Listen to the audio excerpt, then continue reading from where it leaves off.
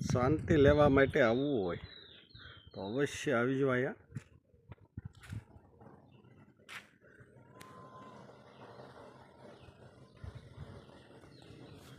અહીંયા એક ગુફા આવી ફરવાની મજા આવે એવું છે આ ગુફાઓ ક્યાં નીકળે એ કાંઈ માપ જ નથી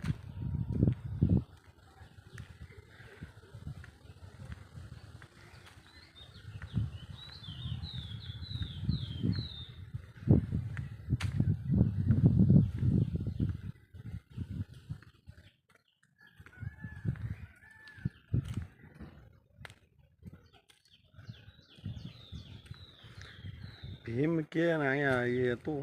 કે લખેલું હતું કે સોરીના ફેરા ફળે ને અહીંયા હતું જો આની અંદર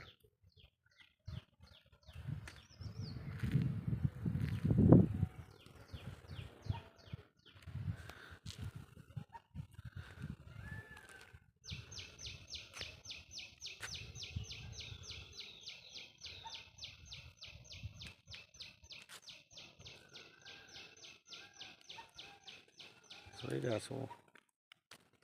અહીંથી ગુફા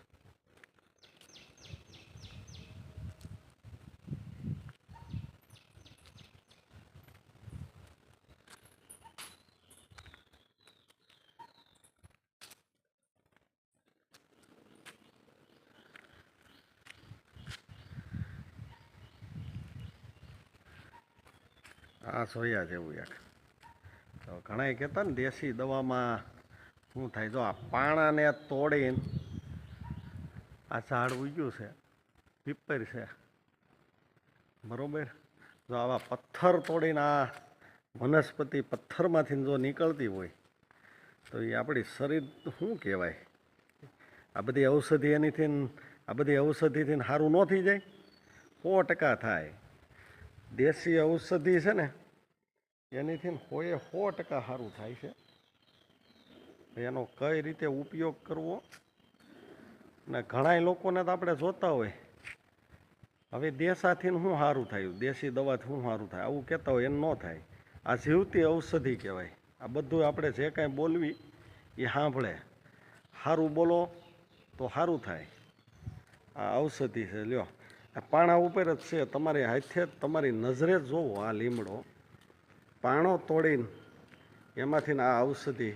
ઔષધિ જ છે બરોબર પથ્થર તોડીને છે નીચે કાંઈ જોઈ લો કેટલી તાકાત છે આ એનું થળિયું જોવો છે ક્યાંય ધૂળ માટી છે જો આવા પથ્થર તોડીને જે વનસ્પતિ ઉગતી હોય બરોબર આની તાકાત કેવડી હોય આ હજી નાનો છોડ ઉગે જ છે જો છોડ ઉગે છે બરોબર દેશી ઔષધિમાં તો તાકાત ઓછી છે હારા માણસોને આ રોગ મટાડી દે